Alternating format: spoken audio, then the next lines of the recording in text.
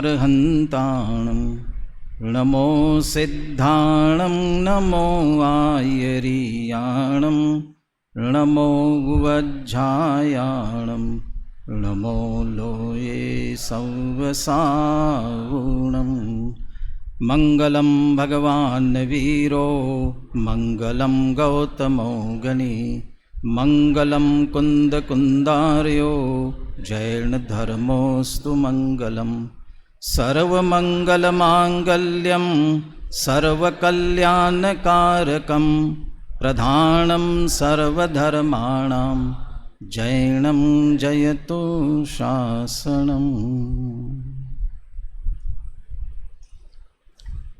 मंगलाचरण मूल ग्रंथ का अभी बुद्धिपूर्वक नहीं किया है, क्योंकि मंगलाचरण पर ही चर्चा करनी है। कल भी शिविर की पूरी रूपरेखा बताते समय प्रधानम सर्वधर्माणाम जैनम जयतु शासनम, जैन धर्म सब में प्रधान है और वो जिन धर्म की जो आचार्य परंपरा है वो समग्र आचार्य परंपरा में आचार्य कुंद कुंद देव प्रधान हैं। और आचार्य कुंद कुंद देव के ग्रंथों में कौन सा ग्रंथ प्रधान है? कौन सा ग्रंथ प्रधान है? जो ये छात्र यहाँ बैठे हैं ना बीच में, वे थोड़ा सा स्वयं एडजस्ट करके आगे पीछे हो जाए। ये स्क्रीन की वजह से आप मुझे नहीं दिख रहे हैं ना, तो मुझे समझ में आ रहा है कि आपको मैं भी नहीं दिख रहा हूँ, ठीक है ना। आप आगे पीछे हो जाइए, जहाँ तक वक्ता का चेहरा दिखाई देना चाहिए और वक्ता को भी आपका चेहरा दिखना चाहिए कि आप सुन रहे कि नहीं। इधर आ जाइए, आगे आ जाइए, हाँ इधर उधर आ जाइए।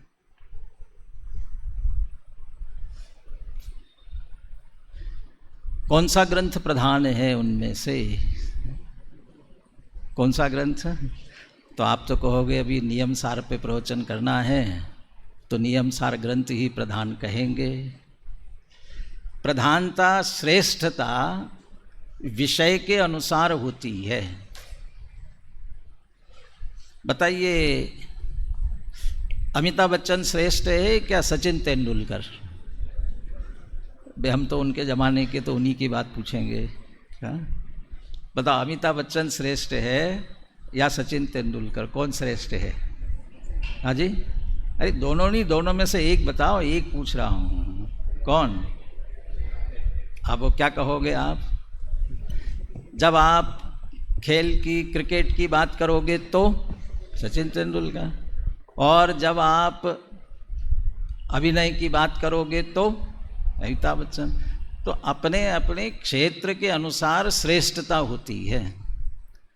कुंद कुंद आचार्य के ग्रंथों में से सर्वश्रेष्ठ ग्रंथ कौन सा, यदि ये विचार करना है तो आपको विषय क्या पकड़ना है। यदि आपको वस्तु स्वरूप को गहराई से समझना है तो प्रवचन सार ग्रंथ, पंचास्तिकाय ग्रंथ, ये सर्वश्रेष्ठ है। आपको श्रद्धा की दृष्टि से जिसके लक्ष्य से अपनी आत्मा की प्राप्ति होती है, वह दृष्टि का विषय समझना है तो कौन सा ग्रंथ प्रधान है? समय सार। और यदि समझकर, जीवन में अपना कर, स्वयं उस मार्ग पर चल करके मुनि बनना है तो फिर चर्या चारित्र के लिए अष्टपाहुड़। परंतु इन सब के लिए हम अपनी भावना कैसी बनावे, निरंतर हमारे अंदर की भावना कैसी होनी चाहिए, क्या चिंतन, क्या मनन, क्या विचार होना चाहिए, इस दृष्टि से श्रेष्ठता की बात की जाए तो फिर नियम सार ग्रंथ। तो इस दृष्टि से श्रेष्ठता भी ले तो क्यों भावना की बात पुनः पुनः आ रही है? क्यों? क्योंकि कुंद कुंद आचार्य स्वयं कह रहे हैं कि मैं निज भावना के लिए लिख रहा हूँ। गुरुदेव की भी चर्चा में आ रहा था, मेरी भावना।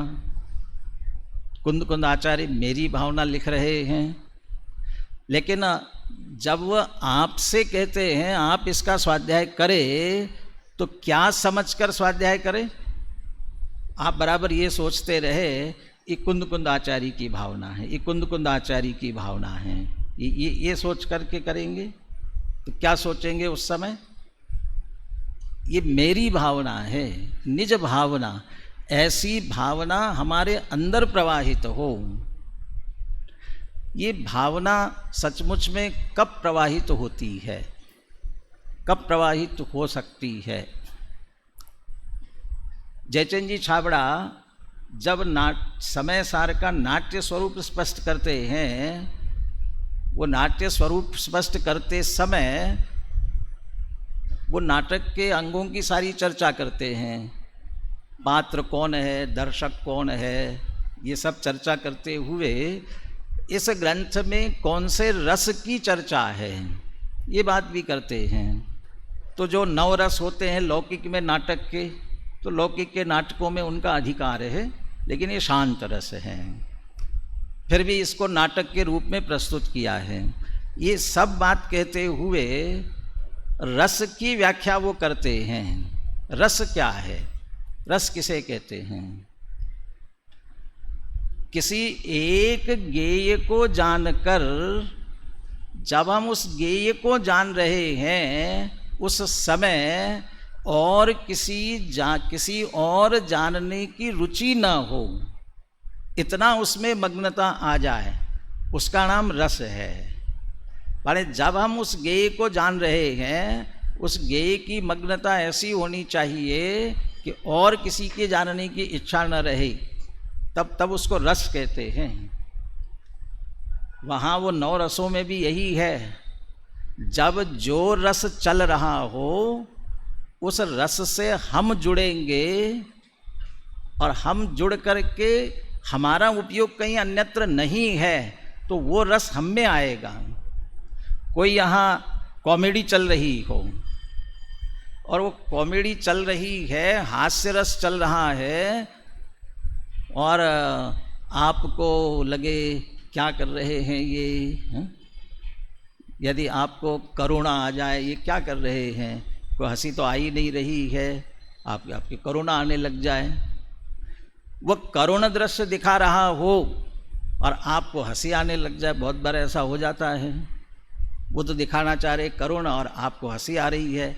इसका अर्थ ये है वो जो दिखा रहा है उससे आप जुड़ नहीं रहे हैं, आप कुछ और देख रहे हो, कहीं और आपका ध्यान जा रहा है, तो आपको उसका रस नहीं आएगा। उसका रस तो तभी आएगा जब आप उसके साथ जुड़ेंगे। और समय सार के प्रकरण के संदर्भ में ये कहना चाहते हैं, और ये नियम सार की भी बात, यदि यहाँ शुद्ध आत्मा की बात चल रही है तो हमें मात्र उससे जुड़कर सुने समझे तो रस आएगा, अन्यथा रस आने वाला नहीं है। उस समय सार का नायक कौन है? नाटक है तो नायक, खलनायक, पात्र सब होंगे ना, तो नायक कौन है समय सार का? कौन है? ज्ञान है। और ज्ञान है वो कौन सा ज्ञान? परमोदातम अत्यंत धीरम, परम उदात अत्यंत धीर। लेकिन वह ज्ञान के भी 3 अर्थ करते हैं। सम्यक ज्ञान भी है, केवल ज्ञान भी, और ज्ञान स्वरूपी भगवान आत्मा भी है। तो एक तरह से ज्ञान स्वरूपी भगवान आत्मा वहाँ नायक है। हम यदि कोई उपन्यास पढ़ते हैं, कोई कहानी पढ़ते हैं, कोई सिनेमा देखते हैं, नाटक देखते हैं, तो हमारा एकत्व किसके साथ जुड़ता है? हमारी सिंपैथी किससे हम जुड़ते हैं? नायक के साथ जुड़ते हैं। उपन्यास पढ़ रहे हो, जिनने पढ़े उनको सबको ध्यान में होगा। आप पढ़ते जा रहे हैं, नायक के साथ अच्छा हो रहा है तो आपको अच्छा लगता है, नायक के साथ बुरा हो रहा है तो आपको बुरा लगता है। और ऐसा हो रहा है तो आप उपन्यास पढ़ रहे हैं, आप रस ले रहे हैं, क्योंकि आप उसके साथ जुड़ रहे हैं। किस्सा, कहानी, नाटक, इन सब में इस तरह से जुड़ान होता है। क्या जिनवाणी पढ़ते समय इस तरह हमारा जुड़ान होता है? समय सार पढ़ते समय हमारा ऐसा जुड़ान होता है? नियम सार पढ़ते समय कैसा जुड़ान हमारा होना चाहिए? क्योंकि इसका नायक वो है, तो उस नायक के साथ हम जुड़े कि नहीं जुड़े। यदि नहीं जुड़े तो रस नहीं आ रहा है, हमें उसका रस नहीं आ रहा है। अब मेरी भावना बनेगी कब वह? मैं तो ये कहता हूँ, समय सार में वंदित्व सव्व सिद्धे, किनको नमन किया? सिद्ध भगवंतों को नमन किया। समय सार एकत्व विभक्त भगवान आत्मा को बताने वाले हैं, और वहाँ वंदित्व सव्व सिद्धे कह करके सिद्ध भगवंतों को नमन कर रहे हैं। तो क्यों नमन कर रहे सिद्ध भगवंतों को? अमृतचंद्र आचार्य को लगा कि कुंद कुंद आचार्य सिद्ध भगवंतों को नमस्कार कर रहे हैं, जबकि शुद्ध आत्मा अपनी आत्मा की बात करनी है, तो वे तो नमः समय साराय कह करके वो शुद्ध आत्मा को नमन करते हैं। लेकिन कुंद कुंद आचार्य सिद्ध भगवंतों को नमन करते हैं, तो उसका हेतु बताते हैं। सिद्धत्वेन साध्यस्य आत्मना प्रतिछंद स्थानीयान सर्व सिद्धान स्वात्मनि परात्मनि च प्रतिष्ठात। माने अपनी और पर की आत्मा में सिद्धों की स्थापना करके वोच्छामी समय पाहुन, अपनी और पर की आत्मा में सिद्धों की स्थापना करते हैं। क्यों? क्योंकि वह सिद्ध भगवान साध्य जो अपना शुद्ध आत्मा है उसके प्रतिछंद के स्थान पर है। इसका अर्थ वो ये कहना चाहते हैं कि जो बात कुंद कुंद आचार्य इसमें कहने जा रहे हैं वह मैं सिद्ध समान शुद्ध आत्मा हूँ यहाँ से कहने जा रहे हैं। और आप सुन रहे हैं तो आपको भी मैं सिद्ध समान शुद्धात्मा हूँ ऐसा मानकर सुनना है, तब समझ में आएगी। और यदि आप कुंद कुंद आचार्य तो वह सिद्ध समान शुद्ध आत्मा उसकी बात कर रहे हैं, और हम उसी समय मैं तो मनुष्य हूँ, मैं तो बालक हूँ, मैं तो रागी हूँ, मैं तो द्वेषी हूँ, ऐसा मानकर सुनोगे तो फिर समझ में नहीं आएगा। जिस भाव भूमि से बात हो रही है उस भाव भूमि तक हम नहीं पहुंचेंगे तो उस भाव को हम पकड़ नहीं पाएंगे। जैसे हम ये कहते हैं पहले रेडियो चलते थे, आजकल एफएम चलने लगे हैं।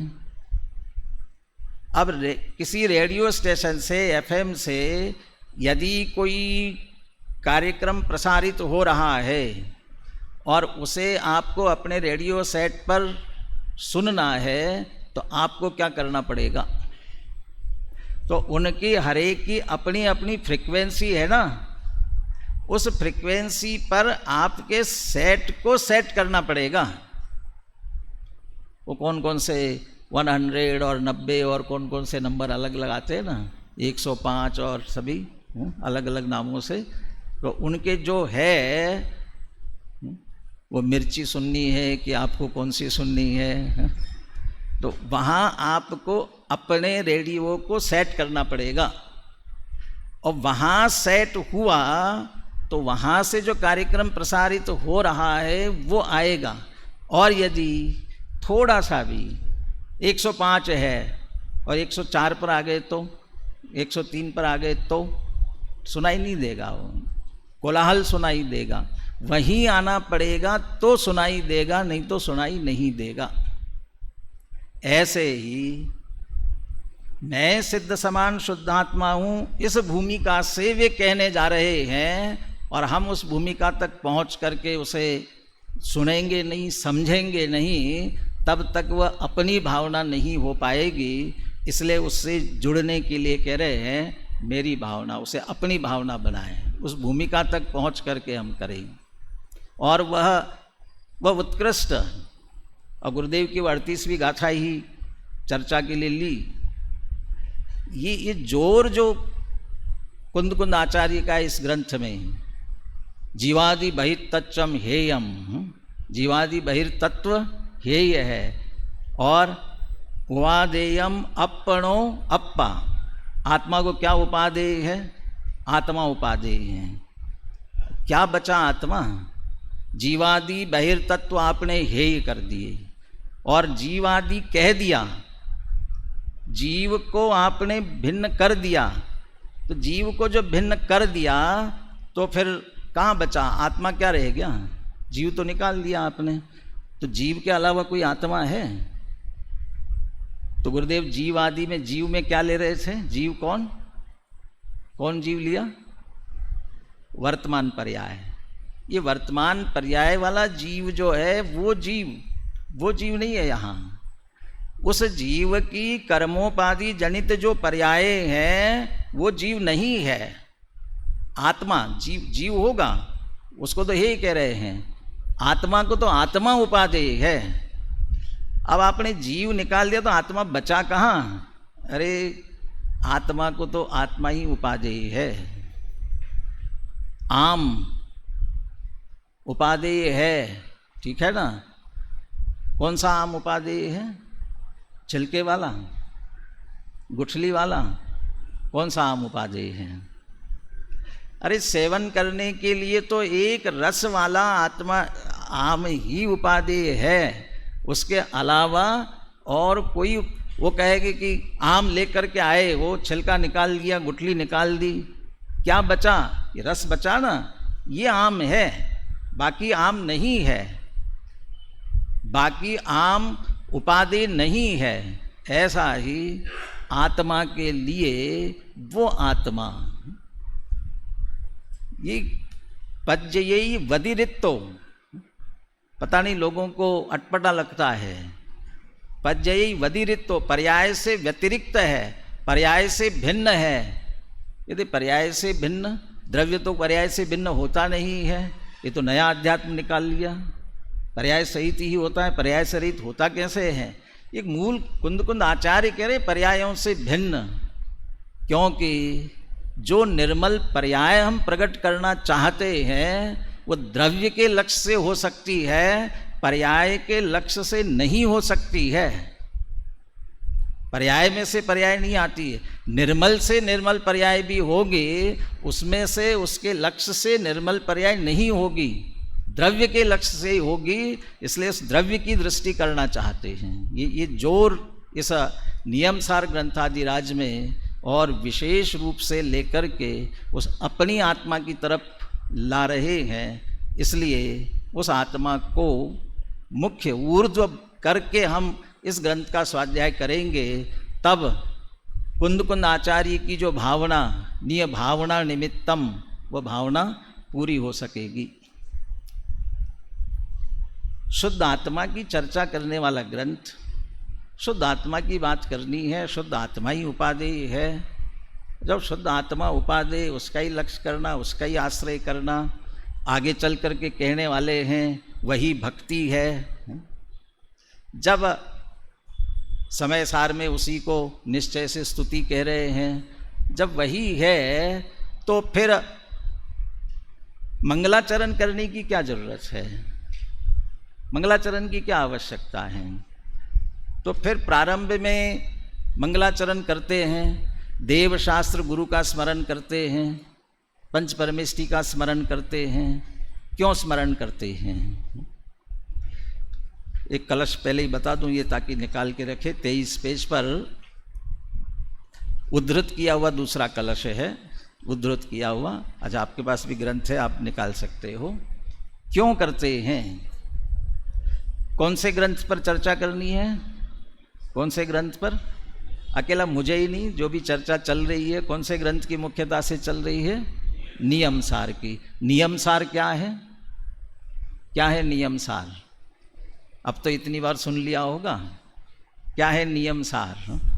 क्योंकि नियम से करने योग्य यदि कुछ कार्य है तो वह सम्यक दर्शन ज्ञान चारित्र ही है। और ये सम्यक है इसलिए सार शब्द लगाया है।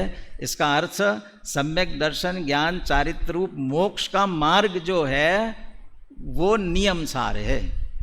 तो मोक्ष का मार्ग है ना, तो जिस मोक्ष मार्ग की चर्चा हम करने जा रहे हैं वो उस मोक्ष मार्ग की चर्चा हमें मिली कहाँ से? कहाँ से आई मोक्ष मार्ग की चर्चा जिसकी हम करने जा रहे हैं? कहाँ से समझ लिया हमने? कहाँ से समझकर हमने में उतार लिया? आचार्य विद्यानंदी उनका ये श्लोक है और वे ही आप्त परीक्षा में कहते हैं, श्रेयो मार्गस्य संसिद्धि प्रसादात परमेष्ठिना इत्याहु तद्गुण स्तोत्रम शास्त्रादौ मुनिपुंगवा। जिस मोक्ष मार्ग की हम चर्चा करने जा रहे हैं वो मोक्ष मार्ग मिला कहाँ से? कहाँ से मिला? प्रसादात परमेष्ठिना, परमेष्ठी के प्रसाद से मिला है। अपने यहाँ प्रसाद बंटता है या बिरला मंदिर में जाने के लिए नहीं कह रहा हूँ, जो जाते हैं वहाँ दर्शन करके निकलोगे तो प्रसाद बटेगा। और पौष का महीना आता है तब, यहाँ पौष के महीने में खूब चलता है ना, पौष बड़े ही खूब चलते हैं और सब में प्रसाद बटता है। तो हमारे भी प्रसाद बटने लग गया प्रभावना के नाम पर। अब प्रभावना के नाम पर प्रसाद बटने लगा। यहाँ हुआ, उसके बाद जाओगे तो एक आध पेड़ा पकड़ा देंगे। अरे अब प्रभाव नहीं करनी है तो कम से कम जिनवानी तो दो। तो फिर जिनवानी कम से कम बदल करके जिनवानी देने लग गए। तो प्रसाद मिलता है कि नहीं मिलता है? हमारे तो प्रसाद नहीं होता है, दर्शन किए आए। लेकिन यहाँ तो कह रहे कि पंच परमेष्ठी का प्रसाद है और पंच परमेष्ठी के प्रसाद से मोक्ष मार्ग की सिद्धि होती है। कैसे मिला प्रसाद? वो विद्यानंदी आचार्य उसी आप्त परीक्षा में उनकी सोपज्ञ टीका है, माने श्लोक भी उन्हीं का है और नीचे टीका भी उन्हीं की लिखी है। हाँ, भगवान का प्रसाद मिलता है, भगवान प्रसाद देते हैं। क्या है भगवान का प्रसाद? प्रसन्नेन मनसा, जो भक्त है प्रसन्न मन से उनकी आराधना उनकी भक्ति करता है और उनकी भक्ति आराधना करने से हमारे चित्त में जो प्रसन्नता आती है ये प्रसन्नता उनका प्रसाद है। तो उन्होंने दिया कि हमने लिया? कहाँ से आया? तुम भक्तों को कुछ नहीं देत, अपने समान बस बना लेत, यह मैंने तेरी सुनी आन, जो लेवे तुमको बस आप कुछ देते नहीं हो, तुम देते नहीं हो, भक्त आपसे ले लेते हैं। कैसे लेते हैं? बस आपका स्मरण करके। तो आपके माध्यम से ये मुक्ति का मार्ग मिला, भाई यही आपका प्रसाद है, इसलिए आपका स्मरण करते हैं, क्योंकि हम सज्जन पुरुष है, दुर्जन नहीं है। इसके अंतिम पंक्ति में लिखा है इस श्लोक में, नहीं कृतम उपकारम साधवो विस्मरंती। जो सज्जन है वह कृत उपकार को भूलते नहीं हैं। तो जब पंच परमेष्ठी से हमें मिला है तो उनका उपकार क्यों भूलेंगे? बोले बहुत अच्छा श्लोक है, बोलिए। अभिमत फल सिद्धेरभ्यु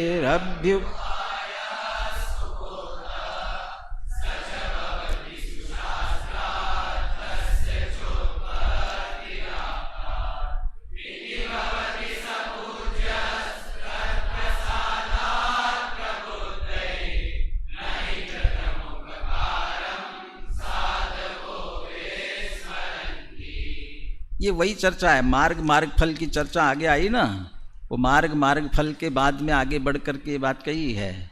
मार्ग मार्ग फल, मार्ग फल क्या है? मार्ग फल क्या है? मार्ग है मोक्ष मार्ग और फल क्या है? मोक्ष। मोक्ष उपाय मार्ग है और मोक्ष उसका फल है। अभिमत फल, और हम सबको अभिमत क्या है? अभिमत माने इच्छित क्या है? क्या चाहते हैं हम सभी? वही मुक्ति चाहते हैं। उसकी सिद्धि किससे होती है? सुबोधः। अभिमत फल सिद्धेर उपाया सुबोधा। सुबोध माने सम्यक ज्ञान। बोध माने अकेला ज्ञान नहीं होता है। बोध माने कई ज्ञान के अर्थ में भी आता है, लेकिन ज्ञान दर्शन चारित्र तीनों के अर्थ में भी बोधि, इसलिए सुबोध माने सम्यक दर्शन ज्ञान चारित्र। तो उस अभिमत फल की सिद्धि का उपाय सम्यक दर्शन ज्ञान चारित्र है। सुबोधः वो कहाँ से मिलता है? सच भवति सुशास्त्रात्। कहाँ से मिलेगा? शास्त्र से। कौन से शास्त्र से? सच्चे देव शास्त्र गुरु, सच्चे शास्त्र से। सुशास्त्रात्। वो शास्त्र कहाँ से आए? तस्य चोत्पत्तिराप्तात्। कहाँ से आए वे? आप्त। आप्त के वचन शास्त्र है। तो आप्त के वचन है इति भवति स पूज्यः। इसलिए चूंकि आप्त से शास्त्र, शास्त्र से हमें वो मार्ग मिला और हमारे अभिमत फल सिद्धि का उपाय है, इसलिए वो शास्त्र पूज्य है। वो शास्त्र आए आप्त से, इसलिए वे पूज्य है। तत्प्रसादात् प्रबुद्धै। प्रबुद्ध जनों को उन आप्त के प्रसाद से वो शास्त्र मिला। नहीं कृतम उपकारम साधवो विस्मरन्ति। और ऐसे कृत उपकार को साधु विस्मरण नहीं करते हैं। इसलिए भले ही शुद्ध आत्मा की बात करनी हो, तब भी उसके प्रारंभ में वे देव शास्त्र गुरु का स्मरण करते हैं। मूल ग्रंथकार कुंद कुंद आचार्य देव का मंगलाचरण पहले ले या टीकाकार का मंगलाचरण पहले ले? बोलने में तो कुंद कुंद आचार्य वाला मंगलाचरण अपन पहले बोलते हैं और बाद में टीकाकार का मंगलाचरण बोलते हैं, लेकिन प्रकाशित होता है तब कौन सा पहले आता है? टीकाकार का पहले और फिर मूल ग्रंथ का बाद में। ऐसा क्यों? पहले मूल ग्रंथ का मंगलाचरण आना चाहिए, फिर टीकाकार को मंगलाचरण करना चाहिए। वो टीका लिखते हुए अपनी भूमिका प्रारंभ करते हैं, तो अपना मंगलाचरण पहले करेंगे और फिर ग्रंथ की टीका प्रारंभ करेंगे। वहाँ पहली गाथा मंगलाचरण आएगा, तब वे उसकी टीका प्रारंभ करेंगे। इसलिए टीकाकार पहले अपनी मंगलाचरण की बात लिखते हैं। तो यहाँ मंगलाचरण में पद्म प्रमलधारी देव, देव शास्त्र गुरु तीनों को नमन कर रहे हैं। इसलिए 3 श्लोकों में क्रमशः नमन कर रहे हैं। पहला श्लोक थोड़ा कठोर भी है और थोड़ा सरल भी है, दोनों ही बातें हैं। क्या कठोरता और क्या सरलता है, श्लोक पढ़ेंगे तब अपने को ख्याल में आएगा। है आपके सामने? आ गया? आ रहा है और आप ग्रंथ भी है आपके सामने। बोलिए। त्वयि सति परमात्मन् मादृशान् मोहमुग्धान् कथम तनुवशत्वान् बुद्धकेशान् यजेऽहम् सुगतमगधरं वा वागधीशं शिवं वा जितभवमभिवन्दे भासुरं श्रीजिनं वा। जिन जिनेन्द्र भगवान से यह मुक्ति मार्ग हमें मिला, उनसे उनका नमन करते हुए पद्म प्रमलधारी देव कह रहे हैं, त्वयि सति परमात्मन। त्वयि सति, हे परमात्मन। त्वयि सति का मतलब आपके होते हुए, आपके होने पर। आप है, विराजमान है। जब आप हैं तब आपके होने पर मादृशान मोह मुग्धान। मादृशान माने मेरे जैसे, और मेरे जैसे माने कैसे? मोह मुग्धान। इसका अर्थ आचार्य अपने आप को क्या कह रहे हैं अभी? मोह मुग्ध है। तो आचार्य मोह मुग्ध है। कहाँ से कहाँ तुलना कर रहे हैं, लेकिन तुलना की भी जहाँ तक तुलना हो सकती है वहीं तक लेना। मादृशान मोह मुग्धान, मेरे जैसे मोह मुग्ध। कौन मेरे जैसे मोह मुग्ध? कथम तनु वशत्वान बुद्ध केशान यजेहम। बुद्ध केशान, बुद्ध और केशवादी, इनको कथम यजेहम, इनको कैसे पूजूं मैं? इनको कैसे नमन करूं? त्वयि सती परमात्मन, आप परमात्मा विराजमान हो और आपके होते हुए बुद्ध केशान, इनको यजे हम, इनकी पूजा करूं, इनको नमन करूं, क्यों? मादृशान, मेरे जैसे हैं। मेरे जैसे कैसे? मेरे जैसे तनुवशत्वान, अतनुवशत्वान, और तनुवशत्वान भी हो तो भी चल जाएगा। अतनुवशत्वान, दोनों शब्द क्यों ले लिए? अतनुवशत्वान और तनुवशत्वान। अतनुवशत्वान का अर्थ क्या होगा? तनुवशत्वान का अर्थ क्या होगा? जब अतनुवशत्वाद जो शब्द लिया है, अतनु का अर्थ क्या है यहाँ मालूम है? कामदेव। अतनु का अर्थ है कामदेव। क्यों? कामदेव को निवास करने के लिए शरीर की आवश्यकता नहीं है, मन की आवश्यकता है। मन सिज, मन, ये मन आधार है उसका, शरीर नहीं। इसलिए कह रहे हैं कि वह अतनु है, काम, और उसके वश है बुद्ध केशम। ये जो उसके वश है, और तनुवशत्वान कहा जाए तो तनु शरीर, जो शरीर के वश है। मैं अब यहाँ तुलना की बात इसलिए कर रहा था, मादृशान मोह मुग्धान बुद्ध केशान और अतनुवशत्वान, मेरे जैसे, और जो काम के वश है या शरीर के वश है, ऐसे बुद्ध केश, इनकी पूजा मैं कैसे करूं? मेरे जैसे ही। बस तुलना इतनी लेनी है। मैं अभी संजलनजनित कषाय वाली मोह सहित हूं, तो मैं उतने मोह वाला हूं, और वे तो महामोह वाले हैं। वो उनका महामोह अपनी जगह, लेकिन मैं पूरी तरह से मोह रहित नहीं हुआ हूं, इतना मोह पड़ा। तो अभी मैं भी मोही, वो भी मोही। अब मुझे होना कैसा है? मोही बने रहना है कि मोह रहित होना है? जब मोह रहित होना है तो मोह वालों को मैं कैसे पूछ सकता हूं? बुद्ध केशान यजे हम, बुद्ध और केशव नाम लिए। अब तो नाम लेना भी मुश्किल है। लेकिन ये अतनुवशत्वान, कामवश है। बुद्ध का स्वरूप तो हम जानते हैं ना, कामवश है। जो मोह राग द्वेष सहित है वे है। देखे देव जगत के सारे, कोई रागी कोई द्वेषी, किसी के हाथ आयुध है, किसी को नार भाती है। आयुध है, नार भाती है। आयुध है, द्वेष का प्रतीक है। नार भाती है, राग का प्रतीक। राग द्वेष है, राग द्वेष है, हम भी रागी द्वेषी। राग द्वेष है, वहाँ भी राग द्वेष है, तो हमें क्या मिलेगा? लेकिन बुद्ध केशव आदि, किसमें बुद्ध भी कह रहे हैं सवस्त्र है, वस्त्र है। क्यों वस्त्र है? क्यों वस्त्र? वस्त्र क्यों नहीं छूटा? तनुवशत्वात्। इसका अर्थ उतना अभी देह संबंधी राग निश्चित रूप से है, इसलिए देह को ढांकने के लिए भी वस्त्र की आवश्यकता लग रही है। दूसरा, लज्जा, और लज्जा भी एक तरह से काम का प्रतीक है, काम भाव है हमारे अंदर, इसलिए लज्जा लग रही है, इसलिए ढांक रहे हैं। जहाँ अंदर से वीतरागी हो गए हैं, जहाँ से अंदर से निष्काम हो गए हैं, इच्छाओं से रहित हो गए हैं, कहाँ खबर है?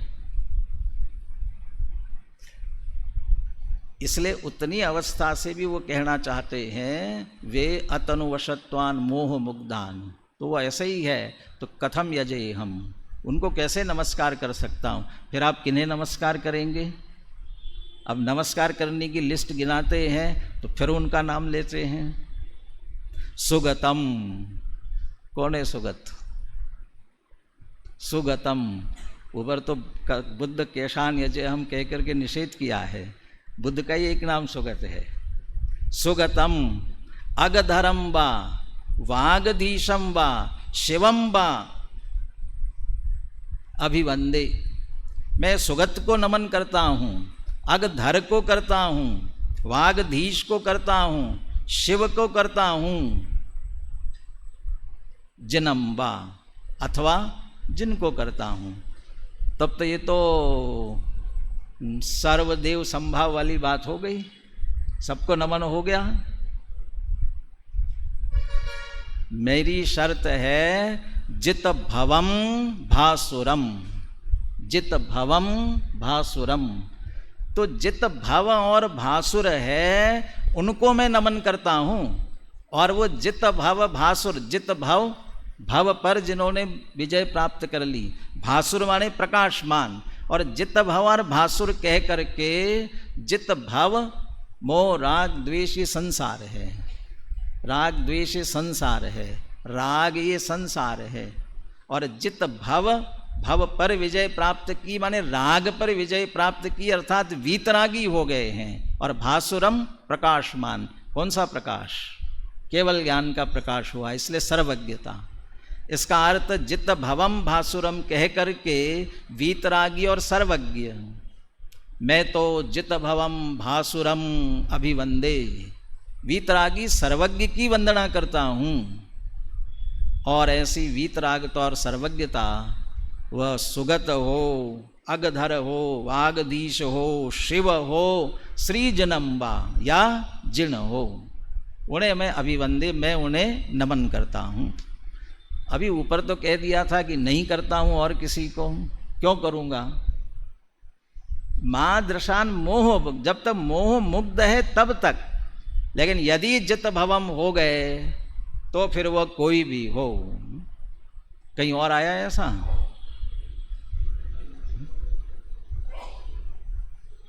जिसने राग द्वेष कामादिक जीते सब जग, सब जीवों को मोक्ष मार्ग का बुद्ध वीर जिन, या उसको भक्ति भाव से,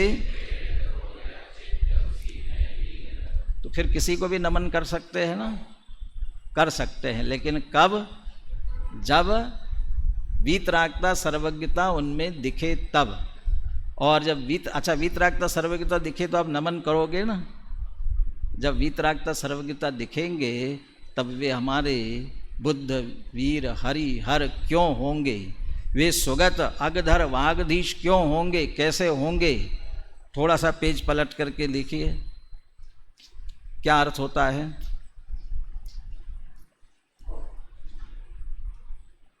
श्लोकार दिया, उसके बाद में यद्यपि सुगत बुद्ध को गिरधर, अगधर का ना, अग माने पर्वत होता है, अग नग पर्वत को कहते हैं गिरधर। तो अगधर जो कहा है श्री कृष्ण को, वागीश्वर ब्रह्मा जी या वाणी के अधिपति बृहस्पति कहलाते हैं, वागीश्वर, वागीश्वरम। और शिव शंकर को कहा जाता है। तो फिर इनको नमन किया, ये शब्द प्रयोग किए हैं। तथापि यहाँ उक्त शब्दों का प्रयोजन जैन मान्यतानुसार श्री जिनेन्द्र भगवान के विशेषणों के रूप में किया गया है। कैसे निकालेंगे अर्थ? बहुत मार्मिक अर्थ निकाला है। क्या अर्थ? सुगत, ये दादा ने लिखा हुआ अर्थ है सुगत। क्या है सुगत? मोह राग द्वेष का अभाव होने से शोभायमान और केवल ज्ञानी होने से संपूर्णता को प्राप्त जिनेन्द्र भगवान। सुगत, सुगत माने जिनकी गत अच्छी हुई है, सुगत। वो अंत में बोलते हुए ना, जाते जाते बोलते हो ना, जब जाते हो, जो गए उनको लेकर के जाते हो, क्या बोलते हो? अनंत नाम सत्य है, सत्य हो क्या, सत्य कहो सो गत्य है। गत्य है माने अच्छी गति हो जाए। हाँ, तो सुगत, यहाँ सुगत के दो अर्थ कह रहे, बहुत अच्छी, रूपवान, शोभायमान। काय से शोभायमान हो गए? मोह राग द्वेष का अभाव, ये तो कलुषता है, इससे रहित होने से शोभायमान हुए। और दूसरा गत शब्द, गमनार्थक धातुओं के दो अर्थ होते हमेशा। गमनार्थक धातु का दूसरा अर्थ क्या निकलता है? ज्ञानार्थक। तो सुगत माने गए, अच्छी तरह से गए। कहाँ गए? सब द्रव्य गुण पर्यायों में, इसलिए केवल ज्ञान सुगत। तो सुगत का अर्थ केवल ज्ञान भी है। गिरिधर, पर्वत उठा लिया, शक्ति सामर्थ्य चाहिए ना। अनंत वीर्य के धनी, वागीश्वर दिव्य ध्वनि के प्रकाशन में समर्थ, वचन जिनके सर्वोत्कृष्ट वचन निकलते, दिव्य ध्वनि, इसलिए वागीश्वर। शिव अर्थात कल्याण स्वरूप, मुक्त दशा को प्राप्त शिव, ये हमारे जिनेंद्र भगवान ही है, इसलिए सारी बातें जिनेंद्र भगवान पर ही घटित होती है। बुद्धस्तमेव विबुधार्चित बुद्धि बोधात् तम शंकरोसि भुवनत्रय शंकरत्वात् धातासि धीर शिवमार्ग विधेर विधानात् व्यक्तम त्वमेव भगवन। ये सब आप हो, हमें तो गुणों की मुख्यता है, नाम आप कुछ भी दो, ऐसा कह करके वीतरागी सर्वज्ञ भगवान को नमन किया। देव के बाद अब शास्त्र का नमन करते हैं दूसरे श्लोक में। ये श्लोक मैं भी अनेकों बार मंगलाचरण में बोलता हूँ, और जब बोलता हूँ, जब आपकी गोष्ठी वाणी वचन संबंधी चर्चा हो, तो वाणी से जोड़ते हुए ही यहाँ शास्त्र का स्मरण कर रहे हैं। दूसरा श्लोक बोलिए। वाचं वाचं यमिन्द्राणां वक्त्रवारिजवाहनं वन्देन यद्वयायत्त वाच सर्वस्वपद्धतिम्। जित भवम अभिवंदे श्री जनम्बा, तो श्री जनम अभिवंदे ऐसा कह करके जिनेंद्र भगवान को नमस्कार किया। वाचम वंदे, पहली पंक्ति में वाचम है और नीचे की पंक्ति में वंदे। वाचम वंदे, वाणी को नमन करता हूँ। कौन सी वाणी को नमन करता हूँ? नीचे की पंक्ति, नय द्वयायत्त वाच सर्वस्व पद्धतिम। नय द्वय आयत्त, दो नयों से आश्रय लेकर के सर्व कथन करने वाली है, अर्थात एकांत से कथन करने वाली नहीं है, अनेकांत रूप है, स्याद्वाद रूप है, क्योंकि एकांत वस्तु का स्वरूप नहीं है। वस्तु का स्वरूप नहीं है, कहने में एक साथ अनेकांत का निरूपण नहीं हो सकता, किसी न किसी विवक्षा से ही करना पड़ेगा, और जब विवक्षा से करेंगे तो दूसरी विवक्षा छूटती है, इसलिए दो नय, चाहे द्रव्यार्थिक पर्यायार्थिक हो चाहे निश्चय व्यवहार हो, इसलिए नय द्वयायत्त, दो नयों के माध्यम से कथन करने की जिसकी पद्धति है, वाच सर्वस्व, सब कुछ उसी तरह से कथन करती है, ऐसी जिसकी पद्धति वो वाणी, इसलिए स्यादवादमयी वाणी। कहाँ से आई? कहाँ से आई? ये वहन करते हुए आई, कोई लेकर के आया। कौन लेकर के आया? वाचम यमिंद्राणाम वक्त्र वारिज वाहनम। यमिंद्राणाम वक्त्र वारिज, वक्त्र जो है मुख, और वारिज शब्द है कमल के लिए। वारिज जलज, पंकज जलज कहते हैं ना, जल वारी, तो वारिज माने कमल, तो वक्त्र वारिज मुख कमल, तो मुख कमल वाहन है, मुख कमल से आई है। लेकिन किनके मुख कमल से? हमारे मुख कमल से क्या निकलता है? इसी में तो आ गया, जिनके मुख से मकरंद झरता है, ऐसे गुरु मुख से मकरंद झरता है। हमारे मुख क्या झरता है? हमारे मुख से गुरुदेव एक बात कहते हैं ना, लहसुन खाया हो तो कस्तूरी की डकार नहीं आती है, लहसुन खाया होगा तो लहसुन की डकार आएगी। अंदर मोह राग द्वेष के परिणाम निरंतर चल रहे होंगे तो फिर वाणी में भी क्या आएगा? वही आएगा। और जिनके अंदर वीतरागता बसी हुई हो, उनके मुख से क्या निकलेगा? वीतरागता निकलने वाली है, मुख कमल। किनके मुख कमल की बात करते हैं? वाचम यमिंद्राणाम। ये वाचम यमिंद्र कौन है? वाचम यमिंद्र, वाचम यमी, तो वाचम यमी, वाच माने वचन बोलना, वाचाल, और इसके यमी, इसका यमी का अर्थ नहीं बोलने का जिन्होंने नियम लिया है। नियम नहीं लिया, यम लिया है। यम नियम में क्या अंतर होता है? यम किसके लिए होता है? हमेशा के लिए, आजीवन, और नियम थोड़े समय के लिए भी ले सकते हो। वाचम यमी, अर्थात नहीं बोलने का नियम कब तक के लिए? आजीवन के लिए। मौन व्रत कौन लेते? मौन व्रत तीर्थंकर दीक्षा लेने के बाद बोलते ही नहीं हैं, मौन। फिर केवल ज्ञान होने के बाद में तब भी नहीं बोलते हैं। ये मुख कमल कह रहे हैं, लेकिन मुख कमल से निकले तो भी हमको बोलने के लिए ओठ, तालू, जबान ये सब हिलानी पड़ रही है ना।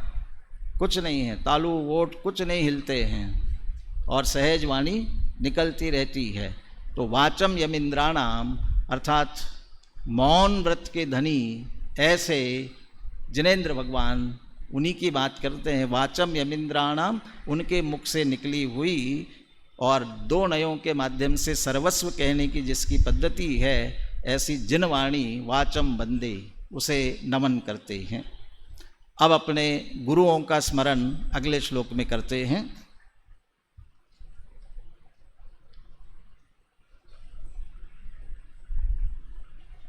सिद्धांतोद्धश्रीधवं सिद्धसेनं तर्काब्जार्कं भट्टपूर्वाकलंकं शब्दान्दिन्दुं पूज्यपादं च वन्दे तद्विद्याढ्यं वीरनंदिं व्रतेन्द्रम। अर्थ करते हैं, फिर आप लय में बोलना एक बार, ठीक है ना। 3 गुरुओं को स्मरण किया इसमें, चार मुनिराजों को स्मरण किया। और 4 मुनिराजों को स्मरण करने के पीछे भी कुछ विशेषता है। सबसे पहले स्मरण करते हैं सिद्धांतोद श्रीधवम सिद्धसेनम। सिद्धसेन ये आपके सभी पूर्वाचार्य और आपकी परंपरा भी हो सकती है। सिद्धांतोद श्रीधवम सिद्धसेनम। उद्ध माने उद्धत होता है ना बहुत ऊर्ध्व, लेकिन किसमें उद्धत? सिद्धांत में। सिद्धांतोद्ध श्री सिद्धांत रूपी लक्ष्मी में जो श्रेष्ठ है, और उसके धवम, धव शब्द पति के अर्थ में धव, सधवा विधवा बोला जाता है ना। सधवा विधवा, विधवा किसे कहते हैं? पति रहित, और सधवा पति सहित। तो श्रीधव लक्ष्मी के पति। कौन सी लक्ष्मी? सिद्धांतोद्ध, सिद्धांत रूपी लक्ष्मी के जो पति है। ऐसे कौन? सिद्धसेनम अर्थात सिद्धसेन सिद्धांत के पारगामी आचार्य सिद्धसेन। दूसरे तर्काब्जार्कम भट्ट पूर्वाकलंकम। अकलंक देव, भट्ट पूर्व का भट्टाकलंक, अपूर्व भट्टाकलंक देव। और भट्टाकलंक कैसे हैं? तर्काब्ज अर्कम, अर्क कहते सूर्य को, तर्क अब्ज या अब्ज पुनः कमल के लिए, वहाँ वक्त्र वारिज कहा था, वारिज, यहाँ अब्ज कह रहे हैं तर्क, तर्क रूपी कमल के लिए अर्कम सूर्य के समान है। कौन? अकलंक देव अर्थात तर्क में प्रधान, राजवार्तिक और बहुत सारे अष्टशती, अष्टशास्त्री विद्यानंदी आचार्य के अष्टशती ऐसे ग्रंथ जिन्होंने लिखे, वे तर्क रूपी कमल के लिए सूर्य के समान है, ऐसे अकलंक देव। और शब्दान्दिम दुम पूज्य पादम च, और पूज्य पाद है शब्द आब्धि इंदुम। अब्धि शब्द है यहाँ पर समुद्र के लिए। कौन सा समुद्र? शब्द समुद्र। तो शब्द रूपी समुद्र के लिए जो इंदु माने चंद्रमा के समान है, शब्द रूपी समुद्र के लिए चंद्रमा, और ऊपर तर्क रूपी कमल के लिए सूर्य। ये क्या ऐसी क्यों उपमा दी गई है? कमल के लिए सूर्य की उपमा क्यों दी? और यहाँ शब्द रूपी समुद्र के लिए चंद्रमा की उपमा क्यों दी? क्यों दी होगी? क्योंकि कमल विकसित होता है सूर्य के उदित होने पर। सूर्य को कमल विकासी भी कहा जाता है। तो सूर्य कमल को विकसित करता है, ऐसे तर्क रूपी कमल को विकसित करने वाले अकलंक देव। और समुद्र से चंद्रमा का क्या नाता है? क्योंकि जब चंद्रमा पूर्णमासी को आता है, पूर्णमासी होती है, तब समुद्र में क्या आता है? ज्वारी कहलाएगा ना, उमड़ता है समुद्र। सुधा झरती शांत मूर्ति चंद्र प्रभ अति सोहनी, मोहनाशक दिव्य ध्वनि स्वामी परम मोहनी। और चंद्र किरणों के परस से सिंधु जो उछले प्रभो। ये चंद्र प्रभ भगवान की वंदना में लिखा। ऐसे ही आपके दर्शन से हमारे अंदर आनंद उछलता है। तो चंद्र किरणों से सिंधु जो उछले प्रभो, तो चंद्रमा से समुद्र उछलता है। ऐसे शब्द रूपी समुद्र को उछालने के लिए चंद्रमा के समान ऐसे पूज्यपाद, कौन से पूज्यपाद आचार्य? देवनंदी नाम दूसरा। और क्या है देवनंदी? इष्टोपदेश आदि ग्रंथों की रचना की ना, फिर शब्द रूपी सागर के लिए क्यों याद कर रहे हैं? क्योंकि जैनेन्द्र व्याकरण लिखा, व्याकरण शास्त्र भी आपने लिखा, इसलिए ऐसे 3 आचार्यों को याद किया। किस लिए? अपने गुरु को स्मरण करने के लिए। और उनके गुरु है तद विद्याढ़्यम वीर नंदिम व्रतीन्द्रम वंदे। तद विद्याढ़्यम वीर नंदी, आपके पद्म प्रमलधारी देव के गुरु वीर नंदी है। और व्रतीन्द्र माने मुनिराज, उन व्रतीन्द्र मुनिराज को वंदे में नमन करता हूँ। तद विद्याढ़्यम, तद विद्या से क्या लेंगे? अब ये कहते तीनों विद्याओं से सहित, माने मेरे वीर नंदी गुरु वे सिद्धांत के पारगामी भी थे, तर्क के भी तार्किक थे, और शब्द के भी ज्ञाता थे, व्याकरण के भी ज्ञाता थे। तर्क व्याकरण सिद्धांत सबके ज्ञाता। तद विद्याढ़्यम, उसमें जो आढ़्य माने श्रेष्ठ है, ऐसे वीर नंदी मुनिराज को मैं वंदे नमन करता हूँ। इस तरह से देव शास्त्र गुरु इन तीनों को नमन किया गया है। अब एक बार श्लोक बोलिए, आप लय में बोलिए।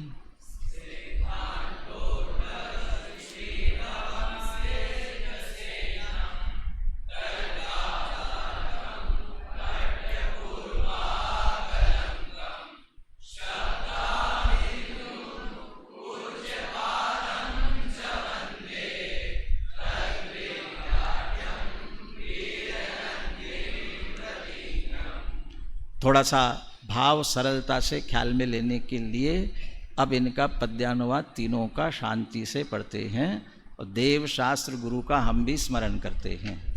अब बोलिए, थोड़ा सा अच्छे से बैठिए विद्यार्थी, कैसे युवा हो, युवा की तरह बैठो अच्छे से। हाँ बोलिए।